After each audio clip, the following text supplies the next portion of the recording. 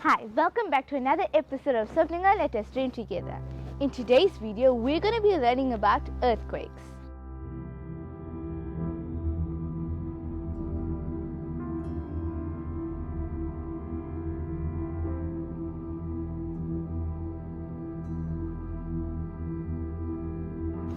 So first we have to understand what an earthquake is. The definition of earthquake is the following. A series of vibrations induced in the Earth's crust by abrupt rupture and rebound of rocks, in which elastic strain has been slowly accumulating. Earthquakes occur in the areas of tectonic plate boundaries along the margins of the tectonic plates. Earthquakes occur both on land and on sea. When it occurs in the sea, it can sometimes cause tsunamis. Now, to understand how an earthquake happens, we must just have a quick look at the structure of the Earth. The Earth has three layers. The outermost layer is the crust, which is made up of tectonic plates. If we go deeper past the crust, we get to the mantle, which is the second outermost layer, and it is made up of hot molten rock. Going even deeper past the mantle, we get to the core of the Earth, which has two parts, the inner core and the outer core. The Earth's crust is weakest at the places where the tectonic plate meets. While the Earth's tectonic plates moves unevenly, they also move slowly and grind against each other. By doing so, this creates shock waves that vibrate throughout the Earth's crust. These shock waves causes the ground to shake. In the magma, there are convection currents, which causes pressure to build up at the plate margins. While the pressure is keep on building up, the rocks up in the crust are either pulled apart or pushed together. When the pressure and tension is very high, it causes the plate margins to shudder and then slip in a sudden movement. This movement occurs along the lines of weakness of the Earth's crust, called faults. The earthquakes happen along the faults. Earthquakes that take under the sea can sometimes cause huge, gigantic waves called tsunamis. A tsunami forms when a large rupture from below the seafloor causes an earthquake. At the same time, a huge piece of seabed is suddenly thrust upwards. As this happens, it pushes the seawater above, which triggers a tsunami wave at the ocean floor.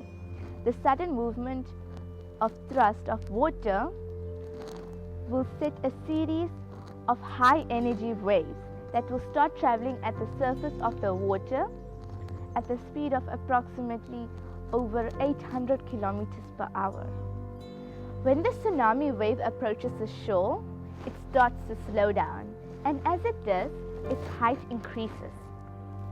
The upward sloping seabed creates a resistance to the water so that the tsunami wave is amplified, or in other words, the wave will get bigger.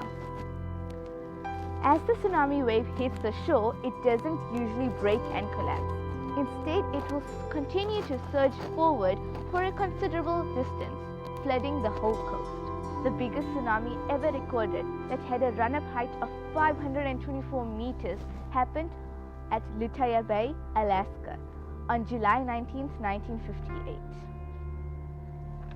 The tsunami was formed from an earthquake that struck along the Fairweather Fault in Alaska, which is in the Alaska Panhandle. The magnitude 7.8 earthquake loosened approximately 30.6 cubic meters of rock high above the northeastern shore of Lituya Bay. It killed 5 people and destroyed all trees and vegetation as high as elevations in 524 meters. Earthquakes causes the ground to shake violently, which then causes buildings to collapse and crush people and other things. Tsunamis can wash over land, killing people and destroying farms, buildings, and more. It leaves many people homeless after an earthquake has destroyed their homes. Polluted water and decaying body can allow to spread diseases easily. settlements can even be further destroyed by fires that could have started after an earthquake that destroyed the pipes that were carrying gas and petrol. These are some ways of reducing the impact of an earthquake. Have good equipment to deal with the damage that the earthquake has done, such as helicopters, diggers, and cranes. Have a well-trained rescue teams to help the survivors after an earthquake. Have doctors, nurses, and medical supplies, as well as emergency supplies of water and food for the survivors. Have emergency cut-off plans. Have emergency plans to cut off gas and electricity as soon as an earthquake strikes. Or have warning systems that tell people that an earthquake has struck or a tsunami is approaching. Instruments called seismographs are used to record earthquakes. The recording that the instrument makes is called a seismogram. This instrument has a base that sits firmly on a ground and a heavy weight that hangs free. When an earthquake occurs, the ground shakes as well as the seismograph's base, but the heavy weight does not. Instead, a spring or string absorbs all the movement. The difference in the position between the shaking part and the motionless part of the seismograph is what is recorded from the earthquake. The size of an earthquake depends on the size of the fault and the amount of slip on the fault. But that's just not something that we can just measure with a measuring tape, because it is deep beneath the Earth's surface. So now you're probably wondering, then how do we measure the size of the earthquake? Well, remember about the instrument seismographs that we talked about earlier in this video? Well, they use seismogram recordings made by the seismographs at the surface of the Earth. And then they use those recordings to determine the size of the earthquake.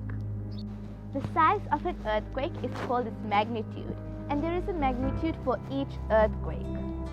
Scientists also talk about the intensity of shaking from an earthquake, and this varies depending on where you are during the earthquake. Before we end this video, I want to tell you a quick fact. Did you know that the 1960 Great Chilean earthquake was the largest earthquake ever recorded? It happened on 22nd May 1960 in the afternoon for approximately 10 minutes. The magnitude of the quake was 9.4 to 9.6, confirmed by various studies. Almost 5,700 people lost their lives. It caused numerous landslides, mainly in the steep glacial valleys of the southern Andes. It also produced a series of tsunamis which affected southern Chile, Hawaii, Japan, the Philippines, China, the eastern New Zealand, southeast Australia, and the Aleutian Islands. Thank you for watching my video. If you find this video informative, then please like, share, and subscribe to my YouTube channel.